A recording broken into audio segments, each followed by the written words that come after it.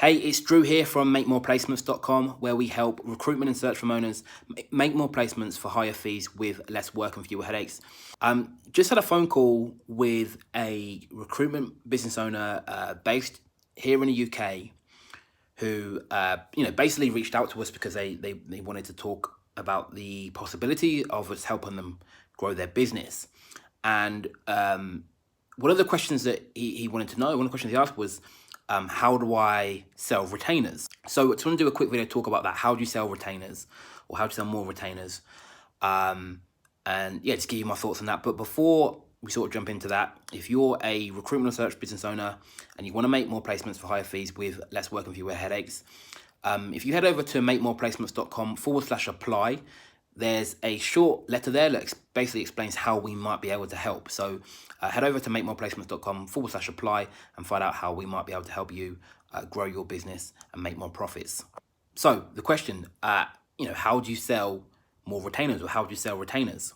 Again, just so we're all on the same page, there's, in perm recruitment, there's typically two routes that you can go down, right? There's a contingency route where, what the majority of recruiters do, where they win a job order and they only get paid if they fill the vacancy. Then you get retained, or sometimes called engaged, where you get, paid up front. You get paid, usually in three stages, a third up front, a third when you present the shortlist, and a third when the candidate starts as well, right? So they're the sort of two, main routes you can go down. There's lots of in between. There's no really rules in terms of how you structure those payments, but usually if it's a contingency, you get paid when the candidate starts. If it's retained, you get paid a third at each stage of the recruitment process. So there's pros and cons to both models, really. For me personally, I prefer the retained route because I think it's, I think if you're a good recruiter, you deserve to get paid for the work you do. If you've ever been in a situation where you've worked on a contingency assignment, you put blood, sweat and tears into it, only to be told that, the vacancy's been filled, or the client's changed their mind, or whatever. I think that's unfair. I know it happens. I know you could argue it's part of the business, but I think if you're doing the work, you should get paid. So I'm always more inclined to, when we work with recruiters, to go down the retained route. That being said, I understand it's not for everybody. So if it's not for you, or you don't want to get paid up front for the work you do, this video isn't for you either. But look, assuming that you do want to get more retainers, and you've always had the question, how do I sell retainers, or how do I get more retainers? Then this video is for you. So the important thing to remember is you don't actually sell the retainer. And what I mean by that is the client is not necessarily interested in paying you a retainer. That's not really what they want. What they really want is the service and the value you deliver. The retainer part is just the payment terms, right? So I think one of the mistakes that I see recruitment and search owners make when they're trying to sell recruitment on a retained basis, that they talk about the retainer. They're trying to sell the idea of retained.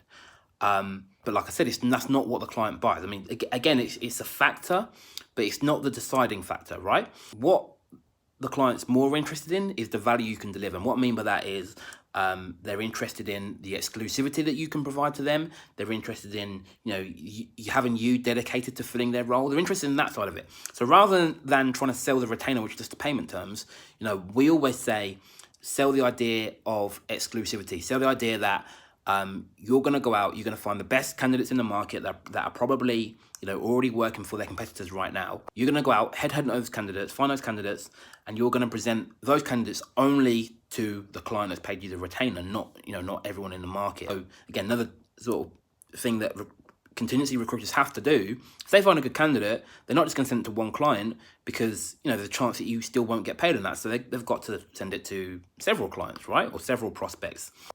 On retained, you don't do that, right? So the client gets that exclusivity. I think if it was a critical role in the organization, and you were upfront with the client and you said, look, I'm going to go out and find these candidates. Do you want me to send them to just you, or are you okay with me sending them to your competitors as well? Most clients would say, No, I want them just to be sent to me, right? For obvious reasons. So if a client is that way inclined and does want them exclusively, and again, it's not going to be for every client, but if it's a critical role, it makes sense for the client to have you working with them or for them exclusively. If they do want to get it on exclusively, then that's where the retainer comes in, because look, what you're basically saying then is, look, if you want me to work on your vacancy exclusively, then these are the terms. You need to pay me up front. And that's the retainer part, right? So you don't sell the retainer, you sell the idea of exclusivity or whatever else that the value you can provide when they work with you on a retained basis. It's not the focus though, it's the payment terms. It's not what we sell, it's not what they buy.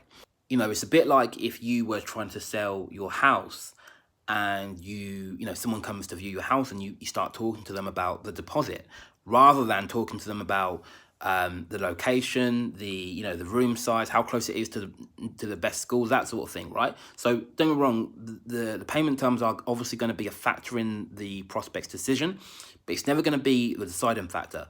We need to focus on the value you can deliver, the structure of your service, rather than the retainer part itself. And if they want the value you deliver and the structure of your service, then in order to get that, they need to pay you up front, which is where the retainer comes in, right? So again, one thing take away, you don't sell the retainer, you sell the outcome that they want.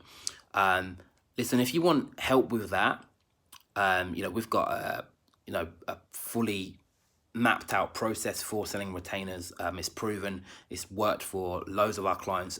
We've taken people who have never worked on retainers before in industries where typically clients don't pay retainers, and we've helped them get retainers following this process. So if you want access to that, head over to makemoreplacements.com/apply.